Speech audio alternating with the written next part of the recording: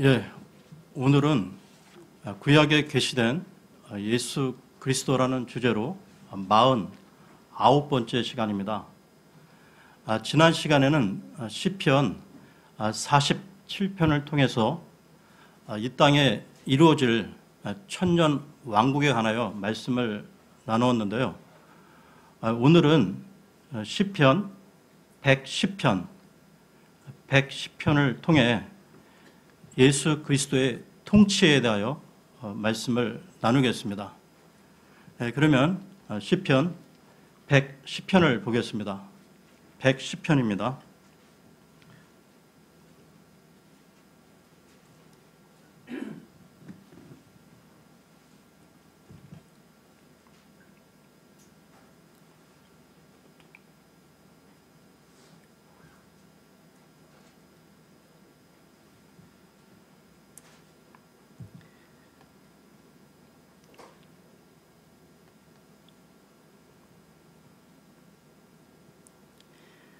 주께서 내 주께 말씀하시기를 내가 네 원수들을 내 발받침으로 삼을 때까지 너는 내 오른편에 앉아 있으라 하셨도다. 주께서 시온으로부터 주의 능력의 막대기를 보내시리니 주께서는 주의 원수들의 한가운데서 다스리소서. 주의 권능의 날에 주의 백성이 아침의 태에서 나와 거룩하며 아름다움들 속에서 자원하리니 주께는 주의 젊음에 있으리 있나이다. 주께서 맹세하셨고 또 뜻을 돌이키지 아니하시리라. 이르시기를 너는 멜기세덱의 계통에 따른 영원한 제사장이라 하셨도다. 주의 오른쪽에 계신 주께서 친히 진노하시는 날에 왕들을 쳐서 부수시리라. 그분께서 이교도들 가운데서 심판하사 처소들을 시체들로 채우시고 많은 나라의 머리들을 상하게 하시며 길에 있는 시내에서 마시리니 그러므로 그분께서 머리를 드시리로다. 예, 우리는 최근에 시편에 나타난 예수 그리스도의 모습을 살펴보고 있는데요. 여러분들도 아시겠지만 이 시편은 일반적인 단순한 시가 아니며 또한 한 개인의 그 감정만을 노래하는 것도 아니라는 것입니다. 시편은 이스라엘 그 민족의 아픔과 슬픔 그리고 절망 속에서도 지워지지 않는 하나님과의 언약이며 유일한 희망으로 표현되고 있는데요. 구속사에 있어서 이스라엘의 그 메시아 사상의 기원은 다윗의 언약인 왕권에서 시작되어 후대로 가면서 점진적으로 확대되어 나간다는 것입니다. 시편은 총 150편의 장대한 분량으로 되어 있는데요.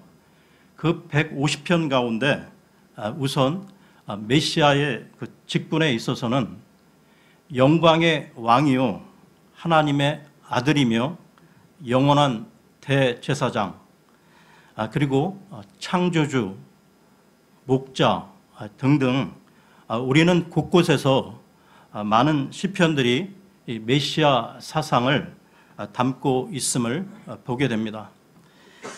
예수 그리스도 그분은 이 땅에 사람의 몸을 입으시고 오셔서 율법에 대하여 온전히 순종하시고 악의 세력과 싸우시며 온갖 고난과 수모 속에 돌아가셨습니다. 그러나 우리 주 예수 그리스도는 3일 만에 죽음의 권세를 이기시고 부활하심으로 자신이 하나님이심을 입증하셨죠. 그리고 부활 후 이 땅에서 40일간 계시다가 승천하셨는데요. 지금은 하나님 왕자 오른편에서 우리를 위해 중보하고 계시며 그분은 이 땅에 다시 오실 때 온 우주를 심판하실 심판주로 오실 것입니다. 그리고 이 시편들을 해석함에 있어서 단순한 시로나 문자적 의미로만 해석해서는 안 된다는 것입니다.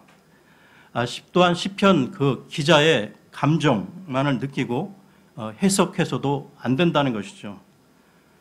시편에 녹아든 그 메시아 사상을 통하여 하나님의 원대한 구원 계획을 살펴볼 수 있는 안목을 길러야 하는 것입니다. 구약의 많은 구절들이 예수 그리스도의 구원 사역에 대하여 예언하고 있는데요. 오늘 우리가 살펴볼 시편 110편도 다윗의 후손으로 오실 그분이 하나님 오른편에 앉으셔서 세상을 통치할 것을 예언한 말씀입니다. 이 구약의 내용이 그리스도 안에서 어떻게 성취되었고 동시에 구원받은 우리 안에서 어떻게 이루어졌는가를 살펴보면서 시편 110편을 인용한 신약의 구절들을 찾아보려고 합니다. 이 시편 110편의 그 뜻을 우리에게 밝히 가르쳐 주신 분은 다름 아닌 바로 예수 그리스도이신데요. 예수님께서는 마태복음에서 두 번 이 110편을 인용하셨다는 것입니다. 두 번 모두 십자가를 지시기 전 마지막 주간에 있었는데요. 한 번은 성전에서 바리새인과 서기관들에게 질문하시면서 하셨고, 또 한 번은 공회에서 재판을 받으실 때 하셨던 것입니다. 마태복음 22장을 보게 되면 예수님께서 이 바리새인들에게 질문을 하시는 내용이 나오고 있는데요. 마태복음 22장으로 가겠습니다. 마태복음 22장 41절에서 46절을 보겠습니다. 마태복음 22장 41절에서 46절입니다.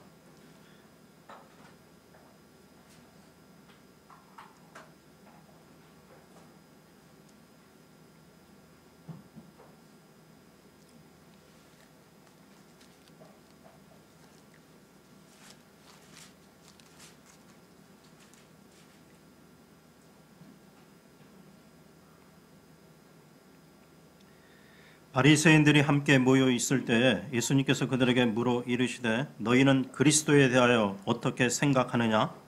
그가 누구의 자손이냐 하시매 그들이 그분께 이르되 다윗의 자손이라 하니 그분께서 그들에게 이르시되 그러면 어찌 다윗이 영 안에서 그를 주라 부르며 이르되 주께서 내 주께 말씀하시기를 내가 네 원수들을 내 발받침으로 삼을 때까지 너는 내 오른편에 앉아 있으라 하셨도다 하느냐. 그러면 다윗이 그를 주라 부를진대 어찌 그가 그의 자손이 되겠느냐 하시니 아무도 능히 한마디도 그분께 대답하지 못하고 그날 이후로는 감히 아무도 그분께 더 질문하지 아니하더라. 예수님께서 이 바리새인들을 잠잠케 하신 것은 그들과의 논쟁에서 이기기 위한 것이 아니라 이 기회를 통해 시편의 말씀을 통해서 그리스도가 어떤 분인가를 알려주려고 하신 것입니다. 이사야서 11장을 보게 되면 메시아를 다윗의 후손일 뿐만 아니라 다윗의 뿌리가 되신 분으로 밝히고 있지만 그들은 그러한 사실을 몰랐던 것이죠. 그럼 여기서 이와 관련된 말씀 한 구절을 보겠는데요. 이사야서 9장 6절입니다. 이사야서 9장 6절입니다.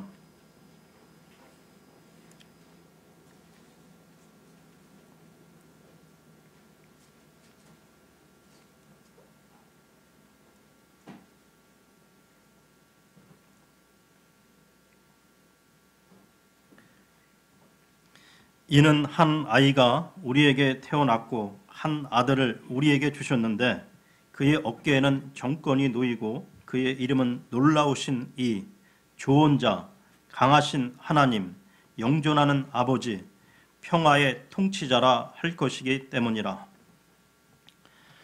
이처럼 태어날 아이가 이미 영존하는 아버지이시고 강하신 하나님이심을 성경은 밝히고 있지만 그들 종교 지도자들은 메시아, 즉 그리스도가 하나님이시라는 사실을 몰랐다는 것이죠. 그러니까 예수님께서는 시편 110편을 들어서 그 사실을 가르쳐 주셨던 것입니다. 예수님께서 성전에서 성경의 참뜻을 드러내셨지만 종교 지도자들, 그들의 마음은 더욱 시기심으로 가득하여 예수님을 죽이려고 마음 먹었는데요. 그들은 가롯 유다를 매수하여 예수님을 붙잡게 됩니다. 그들의 계략이 성공해서가 아니라 하나님의 뜻을 이루시려고 예수님께서는 재판을 받게 되는데요. 그때 대제사장이 예수님께 말하기를 살아계신 하나님께 맹세하게 하노니 네가 하나님의 아들 그리스도인지 우리에게 말하라 하면서 맹세로서 말을 확정짓도록 요구를 하게 됩니다. 아마도 예수님께서 잡히시기 전에 성전에서 논쟁하면서 이 시편 110편의 뜻을 드러낸 것이 그들의 마음에 걸려서 그런 질문을 했는지도 모르겠습니다. 대제사장의 질문에 예수님께서는 네가 말하였느니라 라고 대답하셨습니다. 그리고 바로 다음 말씀을 덧붙이셨는데요. 마태복음 26장 64절을 보겠습니다. 마태복음 26장 64절입니다.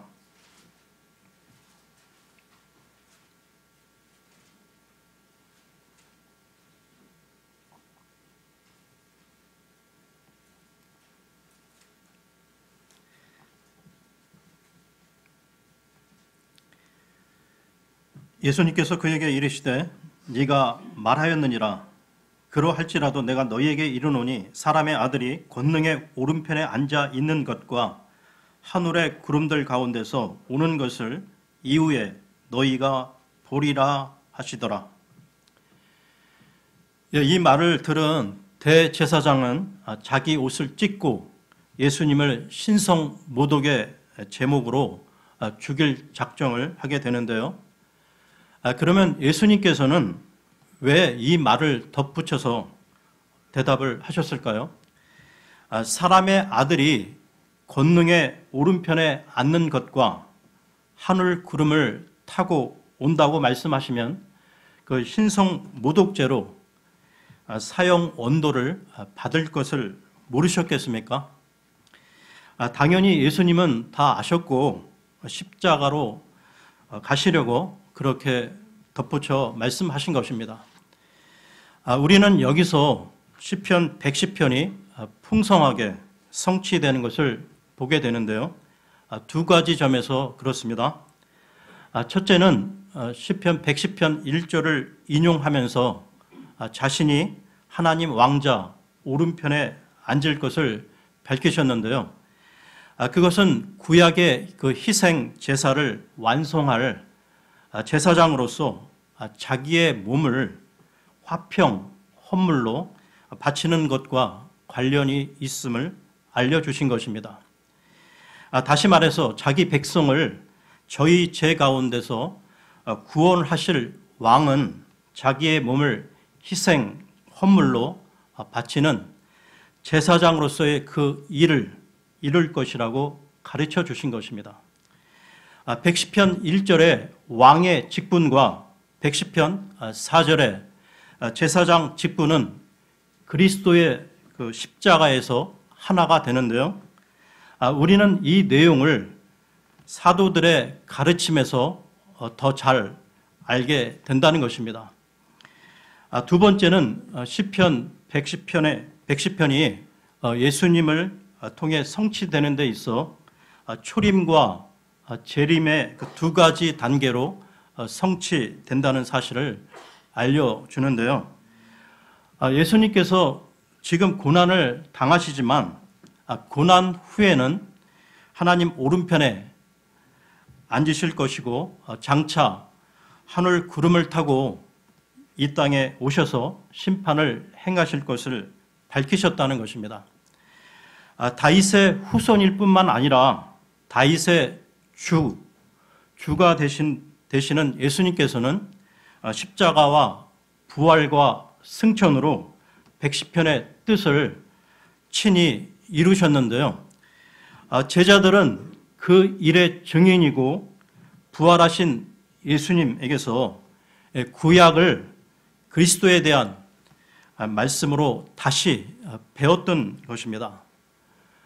우리는 제자들, 이 사도들이 이 시편을 어떻게 이해하고 가르쳤는가를 사도행전에서 보게 되는데요. 사도행전 2장을 보면 베드로는 오순절날 여러 나라에서 온 사람들에게 시편 110편을 들어서 예수님의 승천을 설명하고 있는 것을 보게 됩니다. 설명하기를 다윗은 하늘들로 올라가지 못하였지만 다윗이 대언자로서 예수님의 승천을 바라보며 110편의 예언을 하였다고 밝히고 있는 건데요.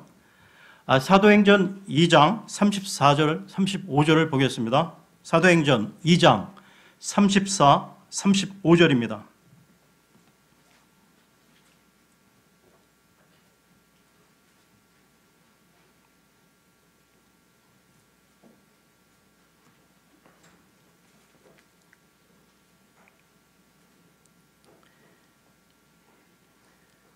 다윗은 하늘들로 올라가지 아니하였으나 친히 이르되 주께서 내 주께 말씀하시기를 내가 네 원수들을 내 발받침으로 삼을 때까지 너는 내 오른편에 앉아 있으라 하셨도다 하느니라.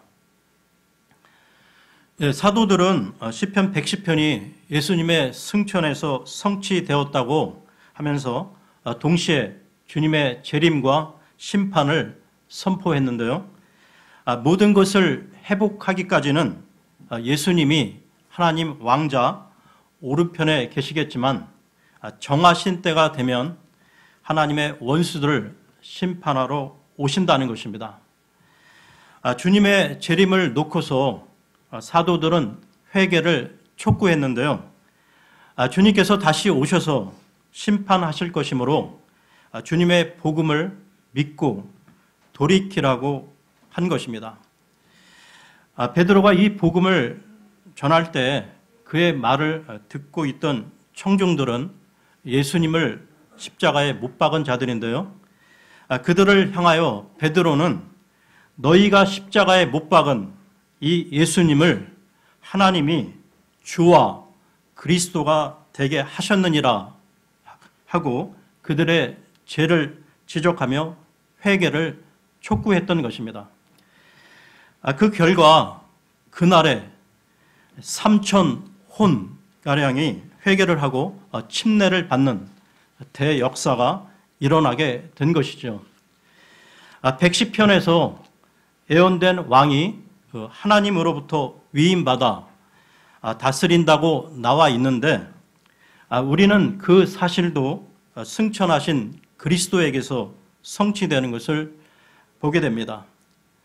승천하신 예수님께서 대신 성령을 교회에 부어주시자 예수님의 그 다스림이 복음의 전파와 함께 이루어지기 시작했는데요. 예수님께서는 복음 전파를 통하여 죄인을 사로잡아 옴으로 주님의 백성으로 삼으셨습니다. 사도들이 주님의 보내심을 받아 온 세상에 복음을 전한 것이죠. 예수님께서 승천하시기 전 예루살렘을 떠나지 말고 아버지의 약속하신 것 곧 성령을 기다리라고 하셨는데 약속하신 대로 오순절날 성령을 부어주셨고 그 결과 그리스도의 복음이 예루살렘에서부터 온 유대와 사마리아와 땅끝까지 전파되었던 것입니다. 이러한 복음 전파가 사도행전의 주제가 된 것인데요. 구약 그 시편 110편이 신약 시대에 이 교회에서 성취되어 나갔던 것입니다. 사도행전의 기록에서 110편과 관련하여 주목할 구절이 두 군데 나오고 있는데요. 첫 번째는 사도행전 5장에 나옵니다.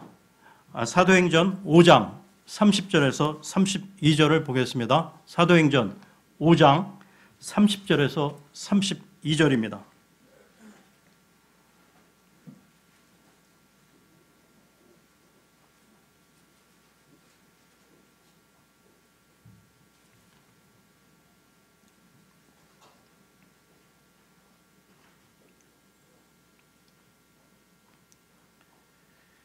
너희가 나무 위에 매달아 죽인 예수님을 우리 조상들의 하나님께서 일으키시고 이스라엘에게 회개와 죄들의 용서를 주시려고 하나님께서 자신의 오른손으로 그분을 높이사 통치자와 구원자가 되게 하셨느니라. 우리는 이 일들에 대하여 그분의 증인이요 하나님께서 자신에게 순종하는 자들에게 주신 성령님도 그러하니라 하더라. 이처럼 베드로 사도는 110편을 인용하면서 이스라엘로 회개케 하고 죄사함을 얻게 하시려고 예수님을 높이셨다고 했는데요. 유대인들이 그 말씀을 듣고 회개하면 좋았을 텐데 그들은 회개하지 않았던 것입니다. 사도행전에서 이 110편과 관련된 구절 두 번째는 스데반 집사의 증언인데요. 사도행전 7장에 보면 스데반이 이스라엘의 전 역사를 돌아보면서 가르친 후에 결론으로 다음과 같이 말하고 있습니다. 사도행전 7장 55절, 56절을 보겠습니다. 사도행전 7장 55, 56절입니다.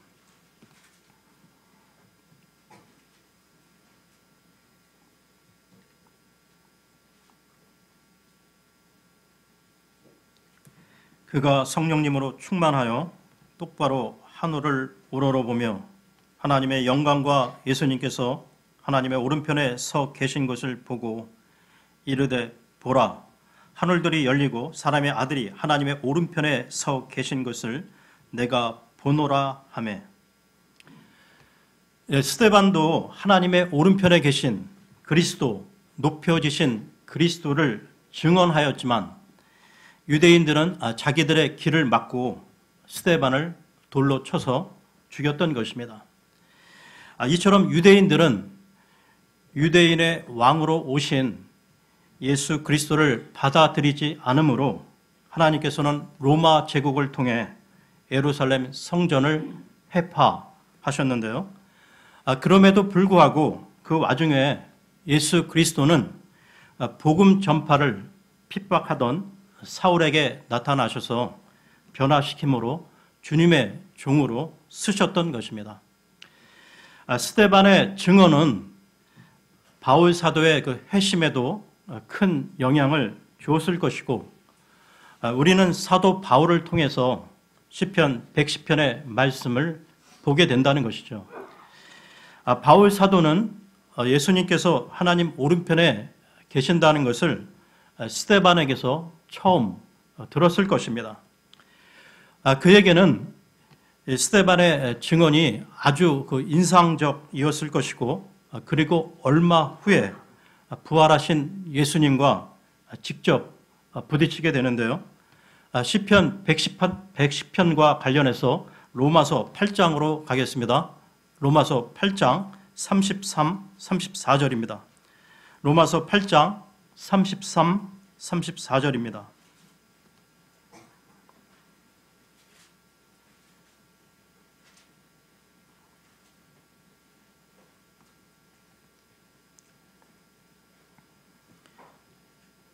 누가 하나님께서 선택하신 자들을 무슨 일로 고소하리요? 의롭다 하시는 분은 하나님이시니 누가 정죄하리요? 죽으신 분은 그리스도시요 참으로 다시 일어나신 분도 그리스도시니 그분께서는 바로 하나님의 오른편에 계시며 또한 우리를 위해 중보하시느니라. 예, 바울 사도는 로마에서 그리스도께서 하나님 오른편에 계신 분이라고 하면서 그 일을 우리를 위하여 중보하시는 일과 관련시켜 말하고 있습니다. 그것은 제사장의 일, 곧 중보하는 일인데요. 따라서 그리스도와 연합되어 있는 우리 그리스도인들은 다른 그 어느 것도 두려워할 이유가 없다는 것입니다. 사도 바울은 환난이나 곤경이나 핍박이나 기근이나 벌거벗음이나 위험이나 칼도 우리를 그리스도의 사랑에서 끊을 수 없다고 확신 가운데 외치고 있습니다. 하나님의 오른편에 계신 예수 그리스도와 관련된 말씀을 더 보겠는데요. 고린도전서 15장 24절에서 26절입니다. 고린도전서 15장 24절에서 26절입니다.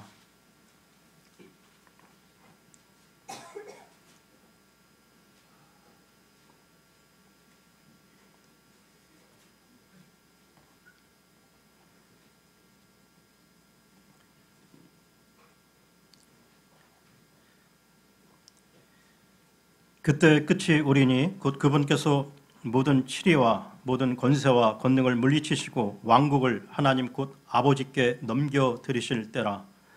그분께서 모든 원수를 그분의 발 아래 두실 때까지 그분께서 반드시 통치해야 하나니 멸망받을 마지막 원수는 사망이니라. 바울 사도 또한 고린도전서 15장에서 부활에 대하여 가르치면서 시편 110편을 인용하고 있는데요. 예수님께서 지금 하나님 오른편에서 왕으로서 원수를 물리치는 일을 하고 계시는데 그 마지막 원수는 사망이라고 지목하고 있습니다. 창세기 3장에 죄로 말미암아 사망이 왔는데요. 하나님 오른편에 앉아 계신 그리스도께서는 교회를 통하여 은혜의 복음으로 죄와 사망을 정복하는 일을 하고 계십니다.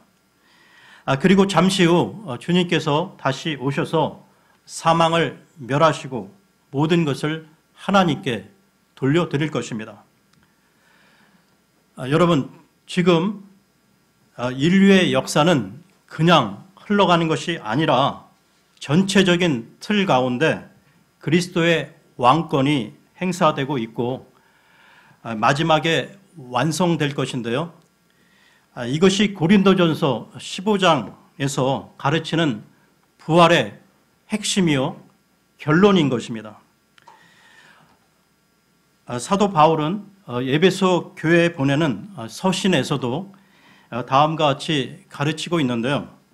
에베소서 1장 20절에서 22절을 보겠습니다. 에베소서 1장 20절에서 22절입니다.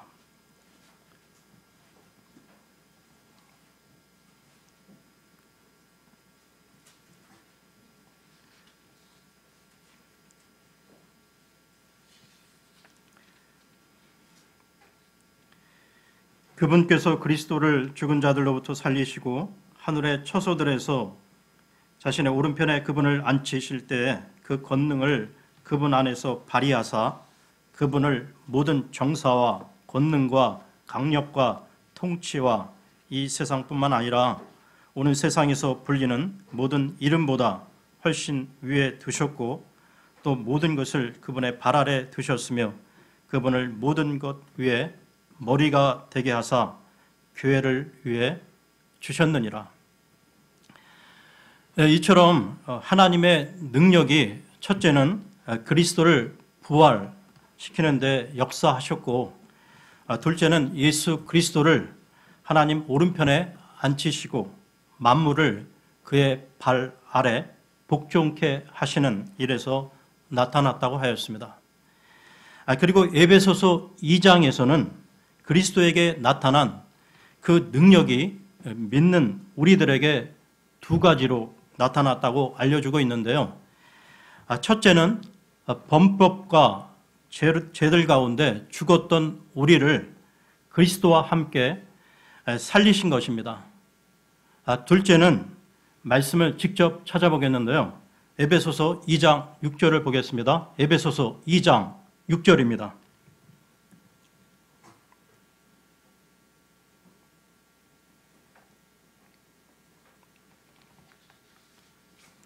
또 함께 일으키사 그리스도 예수님 안에서 우리를 하늘의 처소들에 함께 앉히셨으니. 여러분, 지금 읽은 이 구절을 유심히 보시기 바랍니다. 우리 구원받은 지체들은 지금 그리스도 예수님과 함께 하늘에 안침을 받았다고 밝히고 있는 건데요. 여러분, 이 말씀이 믿어지십니까? 우리 주 예수 그리스도께서 하나님 오른편에 계시고 우리들 또한 그리스도 예수 안에서 함께 하늘의 처소에 앉아 있다는 그 사실을 알 때에 우리는 즐거이 헌신하는 백성으로 살면서 선한 일을 행하게 된다는 것이죠. 제 가운데 죽었던 사람이 그리스도 안에서 새롭게 되어 살아가게 된다는 것입니다. 우리 구원받은 신자가 그리스도와 함께 살리심을 받았다는 것은 골로새서 3장에서도 밝히고 있는데요. 골로새서 3장 1절에서 4절을 보겠습니다. 골로새서 3장 1절에서 4절입니다.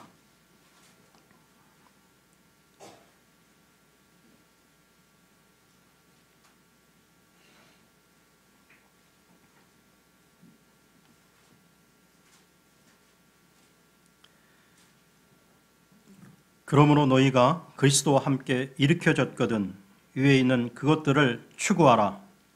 거기에는 그리스도께서 하나님 오른편에 앉아 계시느니라.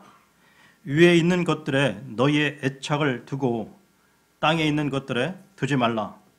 너희는 죽었고 너희 생명은 그리스도와 함께 하나님 안에 감추어져 있느니라. 우리의 생명이신 그리스도께서 나타나실 때 그때 너희도 그분과 함께 영광 가운데 나타나리라. 아멘. 오늘 말씀을 정리하겠습니다. 우리 신자들은 하나님 오른편에 앉아 계신 그리스도와 함께 하늘에 있다는 건데요. 그래서 우리의 생명은 그리스도와 함께 하나님 안에 감추어져 있다는 것입니다. 교회의 머리가 되신 그리스도께서 하늘에 올라가셨다는 것은 우리와 무관한 이야기가 아니라 바로 지금 우리와 우리의 이야기임을 말씀 가운데 확인할 수 있다는 것이죠. 여러분, 이처럼 우리 믿는 그리스도인들은 보통 신분이 아닌 것입니다.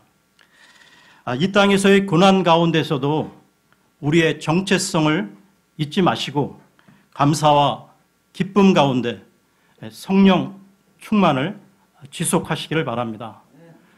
오늘은 여기까지 하겠습니다.